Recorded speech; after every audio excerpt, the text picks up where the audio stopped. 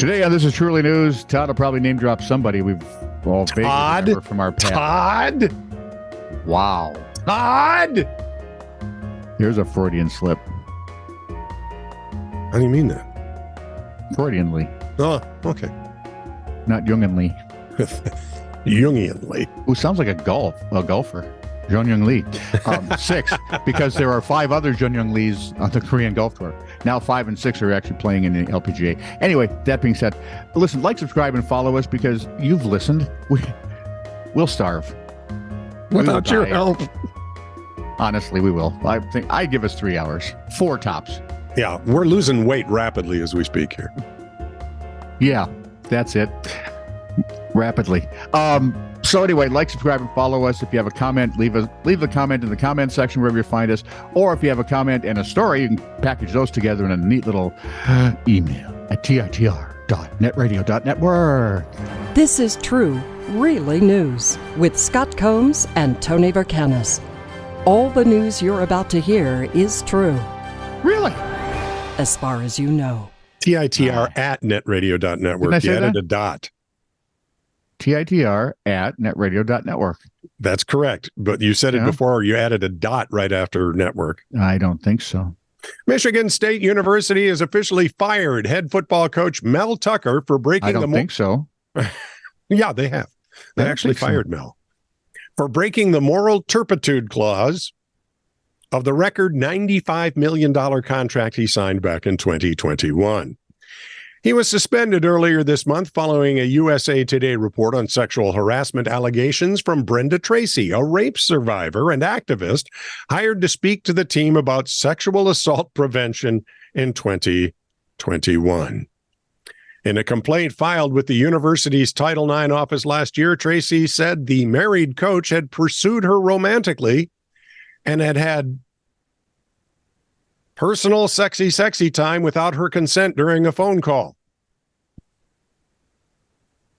She said he hinted he would ruin her career if she spoke out. How's he going to do that? I mean, is there an emptier threat than that? Tucker admitted he had personal sexy time during a phone call, which Michigan State Athletic Director Alan Holler said was cause for firing. Since Tracy is considered a university vendor. Oh, it'd be different if she was an employee? I don't think so. He went on to say it's decidedly unprofessional and unethical to flirt, make sexual comments, and to have personal sexy time while on the phone with a university vendor. Can't believe we actually have to say that out loud. Maybe she's a phone sex vendor. I'm thinking not. Are they vendors? I don't know. No help to me whatsoever. I do. So my sister-in-law, Michelle? from the Fanucchi file, Here we go. 39-year-old Melody Feliciano Johnson is being held in Tucson, Arizona, Okay. with bail set at $250,000 after being charged last month with attempted murder. She's accused of attempting to poison her hubby. Roby Johnson is a USAF airman. Okay. The attempted poisoning came as they're going through a divorce. And you have now hit the question I always have. You can divorce people for like no reason now. Yeah. So you're going to kill them instead? Yeah. Why would you bother? Hang on. According to the state of Arizona's probable cause description, the murder attempt managed to span, count them, 2 continents. Beginning while the airman was posted in Germany, that's the French version of Deutschland, in March of 2023, while attempts at poisoning his coffee. With what?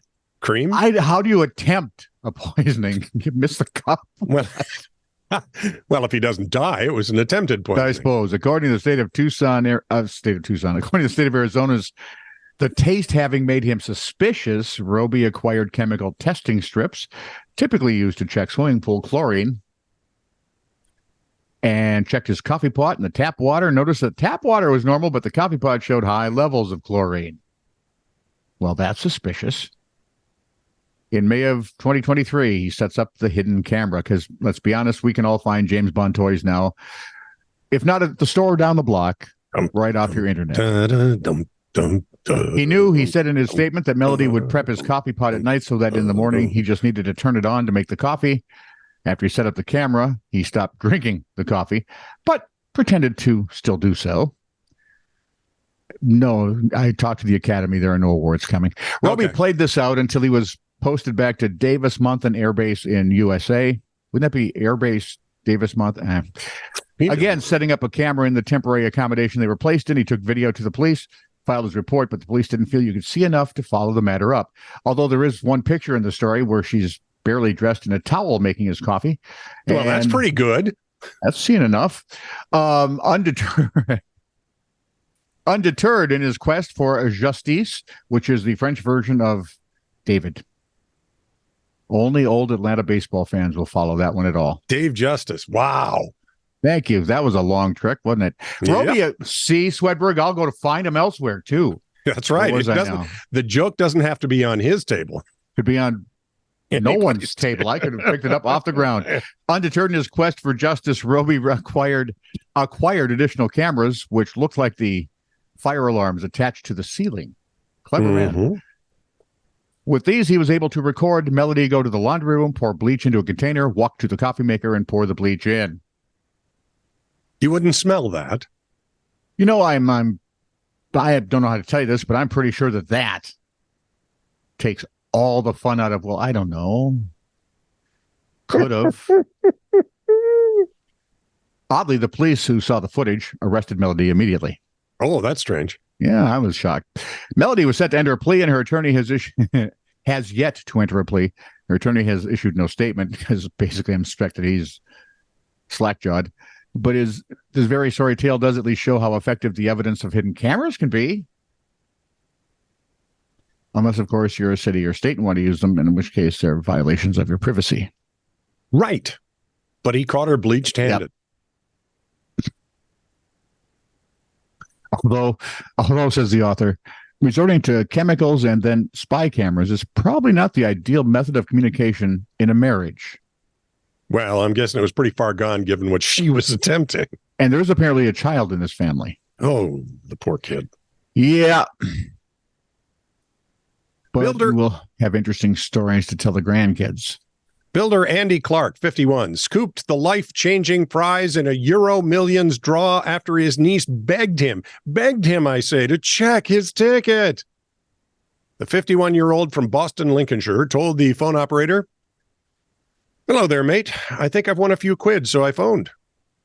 To which the lotto staff member laughed and replied, "Okay, so you've won 76 million pounds. Pretty soon you're talking real money here, Tone. This is pretty good." Andy, I don't know. I usually don't get up for anything less than 100 million, but Andy received news of his huge windfall a whopping 6 weeks after the draw. He said he'd been working on rooftops while the golden ticket sat untouched on the sun visor of his van the whole time. Right now, there are dozens of people who work with him scrambling, who go, "Okay, when he's at lunch, we're checking the other visors." You never know. The builder went on to tie the knot with his girlfriend, Tricia Fairhurst, 52, but the pair kept it simple despite the jackpot and married at the local pub. Represent, man. Yes, I respect that. That works. However, since the Euro Millions win, the couple have splurged on some luxury purchases. Andy spent an irresponsible 700,000 pounds of the 72 million. What is that? That's less than 1%. On supercars, including a Porsche, a McLaren, and a Mercedes. Well, at least one of them was made in England.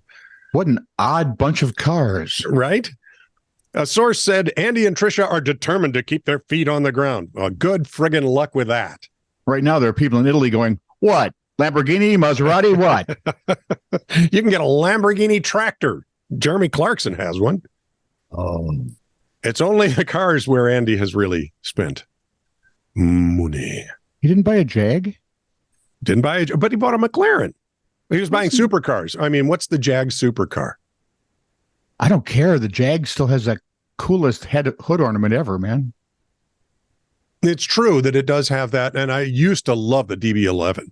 Now it's what, the DB 136th or something like that, or Times 2 minus 4. Yeah, To the if you seventh divide power. by the by the number of square tires root. on a tractor made by Lamborghini. A Lamborghini tractor. Yeah, well, here's the thing: Lamborghini There are was a words that don't tractor, belong together, and that's 2 of them. but Lamborghini was a tractor maker. He bought what did he buy?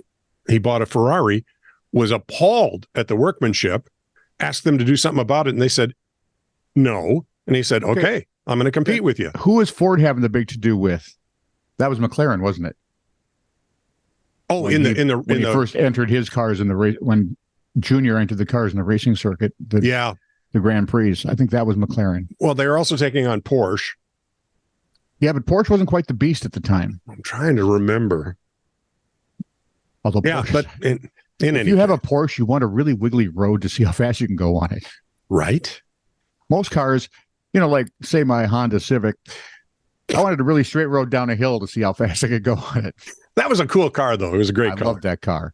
A major household brand has unveiled a big change to its toilet paper for the first time in 100 years. Let the huzzahs ring. Huzzah! Huzzah! The new design promises customers a smoother tear. See, I would really enjoy a softer wipe. If the toilet paper comes off a little jagged, it can be annoying. Yeah. But, straight edge sandpaper is still straight edge sandpaper. Right. And what I want to know is, why do they do this now with the Bears? Yep. And not when they had, what's his duck, Mr. Whipple. Oh, see, it would have been perfect. I know. Charmin unveiled the new design of toilet paper on October 2nd with a distinctly different perforation line. Yes, instead of tearing straight across, the new ultra-soft bathroom tissue has a scalloped edge, creating a simpler, smoother tear. It is our first time, he said, in more than 100 years that we are reinventing the square. You know what this sounds like? Hype. Remember when Super America was first trying to become Super America? Oh, the gasoline stations here in the States. Yeah. Yeah. And their thing about their fresh gasoline? Yes. So fresh you could drink it. Fresh gasoline. Who gives a hang? I don't care if it's aged to perfection. I just want it to go in my tank, make car run smooth. By the way, you just reminded me of something. Yesterday, I had the blooper. Oh, no, it gets worse. It took them 5 years to figure out how to do this smooth tear. Oh, man. I want to know who in R&D came up. Well, I got an idea for us. I'm pretty close. How do we improve people's experience wiping their bum? I wouldn't have picked that. I just wouldn't have picked that. I thought of a lot of ways, but I think Taylor Swift is busy, so.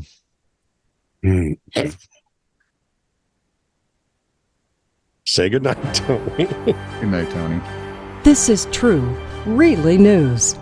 Send email to TITR@netradio.network.